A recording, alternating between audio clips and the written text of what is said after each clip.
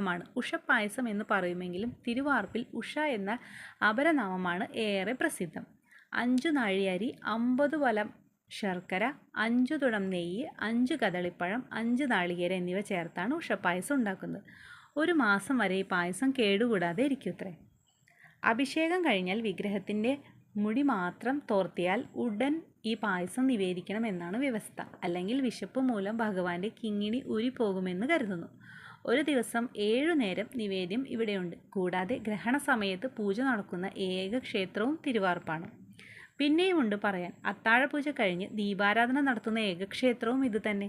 ഇവിടുത്തെ കൃഷ്ണന് രാവിലെ ഉഷപ്പായസം കഴിച്ച ശേഷം അവിടെ നിന്നും ഉച്ചയ്ക്ക് മുങ്ങും അമ്പലപ്പുഴയ്ക്ക്. അവിടെ പാൽപ്പായസം വിളമ്പുന്ന സമയത്ത് അത് കഴിച്ച് മടങ്ങും. വൈകിട്ട് തിരുവനന്തപുരം പത്മനാഭസ്വാമി ക്ഷേത്രത്തിലും പോയി അത്താഴവും കഴിക്കും. കൂടാതെ അടയും അവിൽ നനച്ചതും ഉണ്ണിയപ്പവും എന്നു വേണ്ട. എൻ്റെ ദൈവമേ, ഇങ്ങനെ ഒരു തീറ്റപ്രിയനായ ശ്രീകൃഷ്ണനാണ് ഇവിടെയുള്ളത്.